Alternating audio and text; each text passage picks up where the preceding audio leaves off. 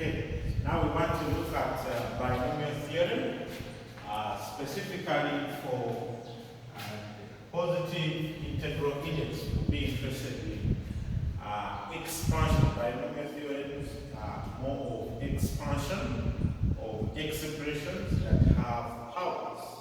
Expressions that have powers. In this case, we are interested in the powers that are integral index or that are whole numbers. And they are also positive. For example, if I give you a plus b power 20, we can use binomial theorem to come up with a clear expansion of such a mathematical expression. So, if we begin with the first one, of course, if we have, for example, a plus b power 1, this one is the same as a plus b. However, if we increase the power to power 2, that will be a plus b squared. And in our expansion, this is a plus twice the product. That is a squared plus twice the product, ab, then plus b squared. If you have a plus b and you have increased the power 3, if you do your mathematics, you will find out that this will be a cubed. That is, if you multiply this 3 times, plus 3a squared b plus 3a squared ab squared plus b cubed plus b cubed. So the question would be, where do these expansions come from? Do they follow any trends? The truth is, these expansions, even as we continue, they are going to follow what we call Pascal's triangle. Pascal's triangle is going to help us to generate the coefficients of the terms in the expansion. Are going to help us to generate the coefficients of the terms in the expansions. Then the other thing that you're going to note is that the powers of the beginning number keep reducing as the powers of the next number keep increasing. For example, this is a power 3, a power 2, a power 1, a power 0.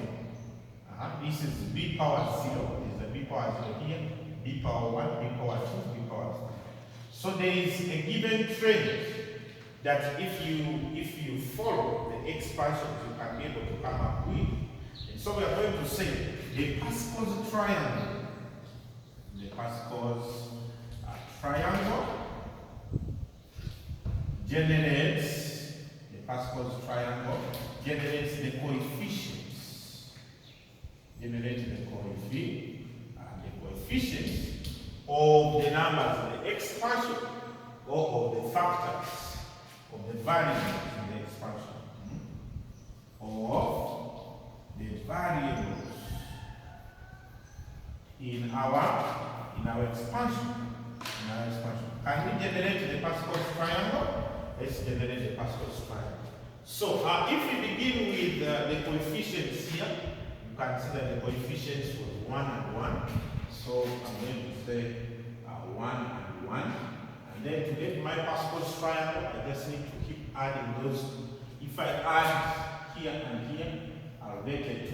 Then I'll emphasize the 1 at the end, because it will always be most of these expansions where the variables have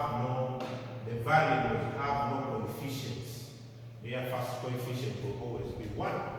Then I come here, I add this plus this, I get 3 here. This plus that, I get a 3 there, and then I still emphasize 1, 1. I add here, I get 6. I add here, I get 4. I add here, I get 4. Then I still emphasize 1, 1. Then I add here, I get 10. I add, I get 10. I add here, I get 5. Here 5. Then 1, 1. It can go on like that. So just keep adding the adjacent terms. This one will be an expansion, will be the coefficients of the expansion whose power is 1. So in this case, if we are expanding a power b power a, so for this case, these will be the coefficients of n is equal to 1. These will be the coefficients of n is equal to 2. These will be the coefficients of when the power is 3, here when the power is 4, here when the power is 5. Let us look at an example. For example, when the power is 4. So in our example, we are trying to apply the Pascal's triangle. Expand. And we are expanding a plus b power 4. We're expanding a plus b power 4. So the first thing we need to do is to list the coefficients of our numbers, knowing that even in our expansions, we'll begin with the highest power of a, and a will keep on reducing the power. Then also b will begin with the lowest power, it will keep on increasing in powers. So my first coefficient, I come here, I know the first coefficient will be 1, then the next will be 4, then the next will be 6, and then I have 4, and then I have 1. But of course, you know that 1 can be neglected. So A will begin with its highest power, a power 4, then it keeps on reducing, a power 3, a power 2, then a power 1, and a power 0. Then B will begin with its lowest power, power 0, then power 1, power 2, B power 3, and then B power 4. And then we just add all these terms. And then what do we come up with? We come up with a power 4 plus, this is going to be 4a cubed b plus, this is going to be 6a squared, b squared plus, that is 4ab cubed, and then lastly this plus b power 4. So this is the expansion of a plus b power 4. Of course, in this case, if they have coefficients that are different from 1 here, this is a general expansion where a and b are variables with no coefficients, right? However, the coefficient of b can be negative 1 such that we have a minus b. How do you have such an expansion? It doesn't change. Just need to know that our b now has become minus b and punch in that expansion.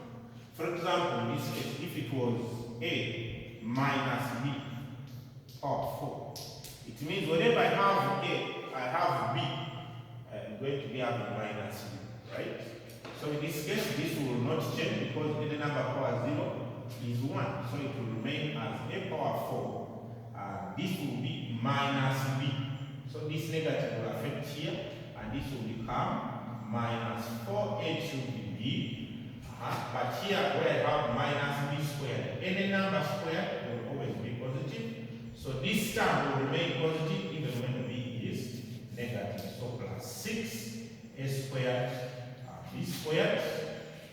This term here, since I have minus b now, minus b cubed is the same as minus b cubed. So the negative will come out and it will affect the positive, and it will be negative. That is 4a b power 3, and then any number power 4, as long as the power of a number is even, it will kill the what? It will kill the negative, and then it will remain plus b power 4. So I hope you get that. What if the one of the coefficients is a number, maybe 2? How would it be? For example, if it is 2a plus b power 4, if it is 2a plus b power 4, it means where I have a, it is now going to be 2a. Wherever you have a, it's going to be 2a. It means our new term of a is 2a. The expansion remains the same. So in this case, That means where I have a power 4, I'm going to have 2a power 4. 2a power 4, right? Then plus, where I have a now, it is going to be 2a still. So that's going to be 4 into 2a power 3b. Then plus, here is going to be 6 into 2a squared, b squared. Then plus, this now is going to be 4 into 2a. Then b cubed, then plus b power 4. So the Pascal's triangle, you can apply it for general statements or a general expansion of a plus b. This a and b can be any numbers. Are we together? Can be any numbers. It can be can be 2a. It can even be a fraction. As long as you remember the coefficients come from the Pascal's triangle, and also the fact that the first term keeps decreasing the powers, while the second term keeps increasing the powers until you get to the end. So that is basically an application of the Pascal's triangle. So a few exercises you can try on the expansion using the Pascal's triangle. I'm going to put them here for you. So expand using the Pascal's triangle.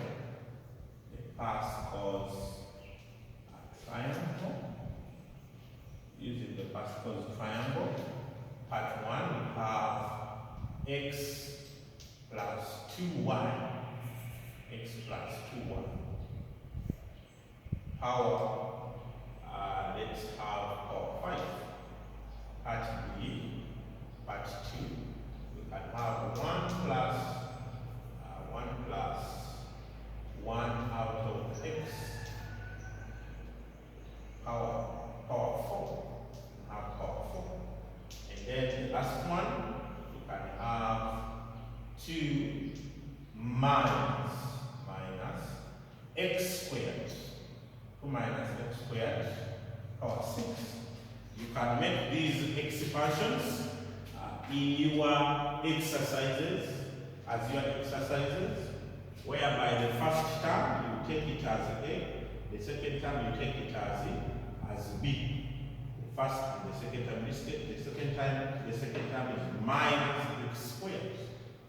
So you just punch this, the a and b, in our general formulas.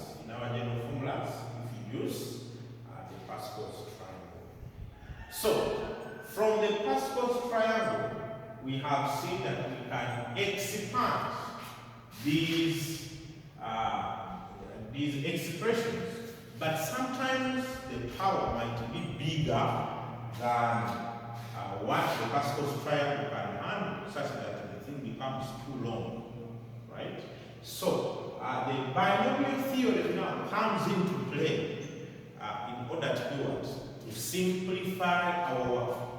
The binomial expansion comes to summarize what would have taken a lot of time and energy by the Pascal's triangle. And there are also some expansions that the Pascal's triangle cannot handle.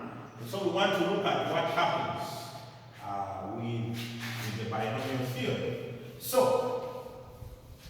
in the binomial theorem, we are going to say, if you have generally a plus b power a, in this case, I am going to assume the binomial theorem is going to deal with when a is 1. So, allow me change. So it's going to be 1 plus x. Let me use x as my term. So the binomial expansion is going to convert a plus b into this form. 1 plus x. It means if you have any expansion, you can convert it into an expression where the first term is 1 and then the second is a value. X can be any value. And we are going to say that this one, according to the binomial expansion, is going to be the summation from R is equal to 0 up to n of n combination R, then n combination R x power R. It's going to be n combination R x power R. This is the binomial expansion. And we want to see where does it come from. We want to see where it comes from, right? Of course, this one is the same as, if you are to expand it, that would be n combination 0 x power 0, right? Which is actually 1. Plus n combination 1 x power 1 plus n combination 2 x power 2 plus it continues up to n combination n combination n x power n combination n is also 1. So these combination terms are going to give us the coefficients. They give us the coefficients of the expansion of x terms. Are we together? Some books can have it as in this format. Of course, this one we have set them as 1, so I can say 1 plus combination can be represented in form of a bracket, x power 1 plus n combination 2 x power 2 plus continue up to x power n, up to x power n. That the first term and the last term will have coefficients of 1. Let us try to see how we come up with this expression.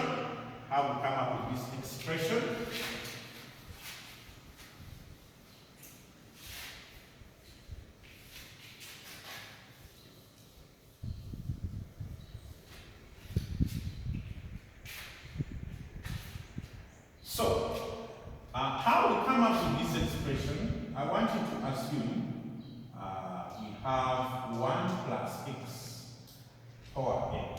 This one simply means that we are going to expand 1 plus x n times. We are going to multiply 1 plus x n times.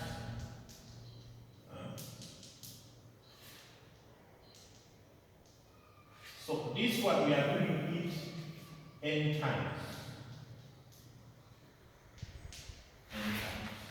Now, if you want to get an answer after we have expanded this, the first thing we need to ask ourselves, what will be the first term? Of course, the first term will be 1, but we are going to have to multiply 1 n times. Are we together?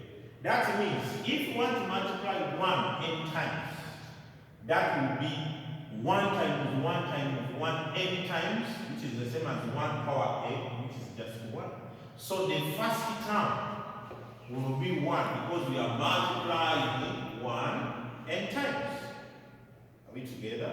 Then plus. Now the second term, if you want the second term, that means it must have x, the highest power of x should be 1. So if you want the highest power of x to be 1, it means we are going to get it by having how many selections? We are going to have x,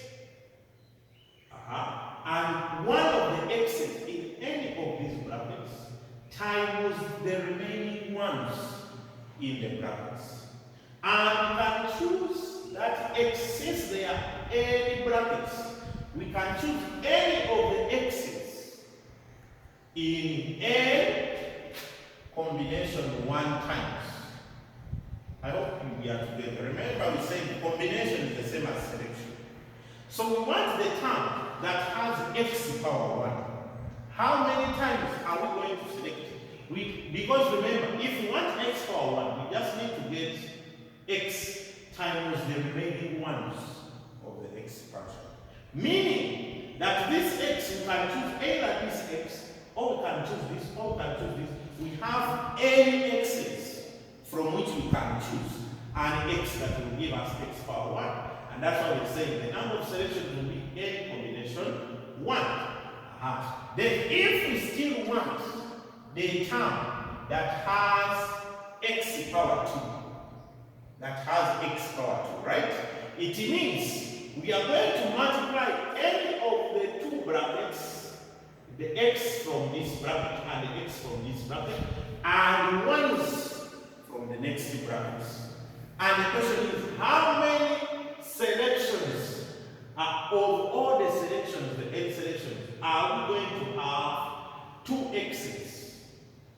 And that's going to be any combination of two selections that can give us x power 2.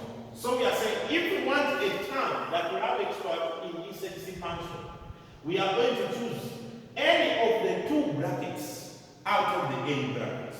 And we are saying to do that, we do it in any combination of two. Here it means we have chosen two brackets out of n brackets, a combination of two selection. So it means we have to do it until we reach a term that has x power a. And the term which has x power a, what does it mean? It means to get it, you have to have multiplied all the x's that are possible in the what? You have to multiply the x's, all the x's that are possible in the brackets. And the number of selection is 1 because we are multiplying all of them. So that's why we're saying it's going to be 1. Or you can say we have selected any brackets out of any brackets. So that will be any combination n, which is actually 1. So the expansion comes out here like this. If you have understood my definition, the expansion should not give you a lot of hard time. You're going to start asking, so where does the combination come in and what have you? No, it is just as clear as what I have expanded.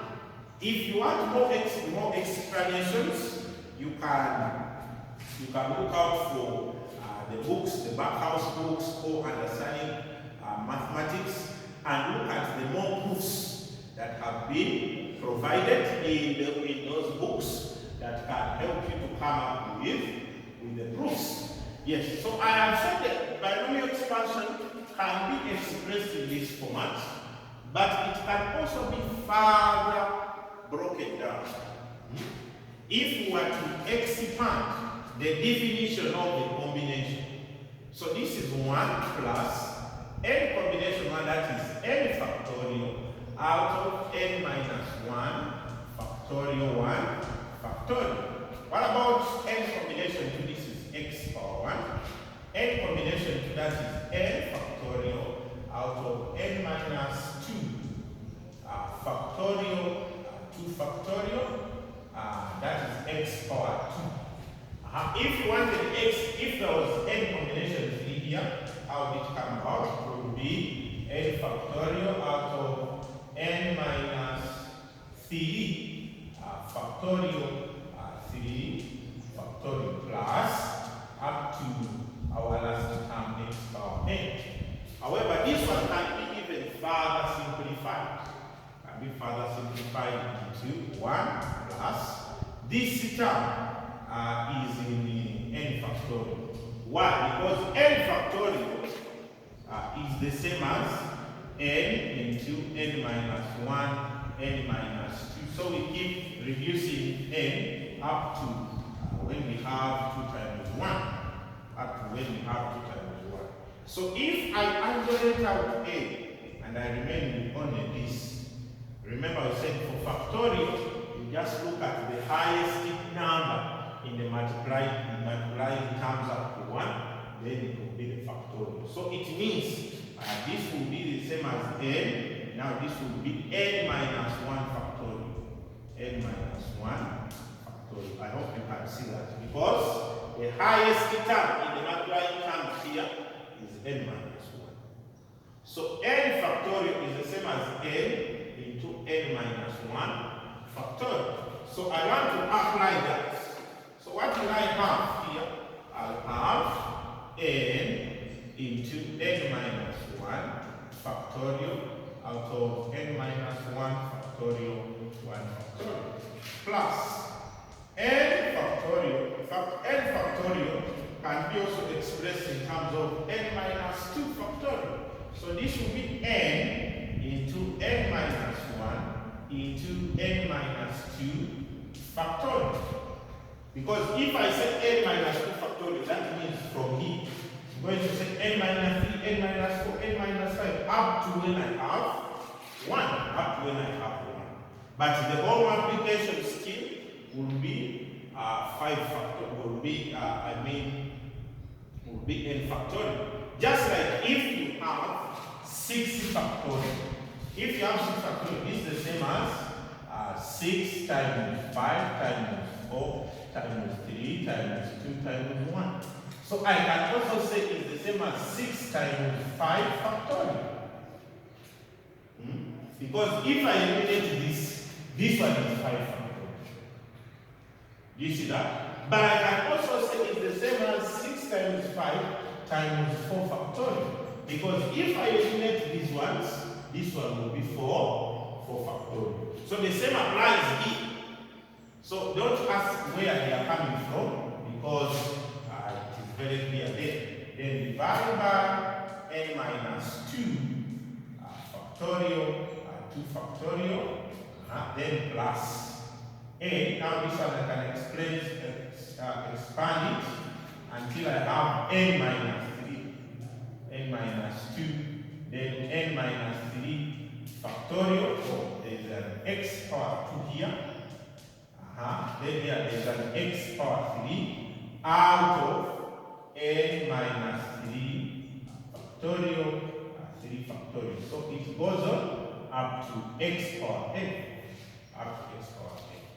So it ends up becoming 1 plus, if this one cancels, I just have only n. There's an x here. There's an x here. This is x. This is x squared, this is x cubed. So that's going to be 1 plus nx, then plus this one cancels with that. So it becomes n into n minus 1 out of 2 factorial x squared, then plus n into n minus 1, n minus 2. Then, because this one is going to cancel, then out of 3 factorial x cubed. So this one goes on up to when you have x power n. Up to when you have x power n. So these ones become the coefficients of the increasing powers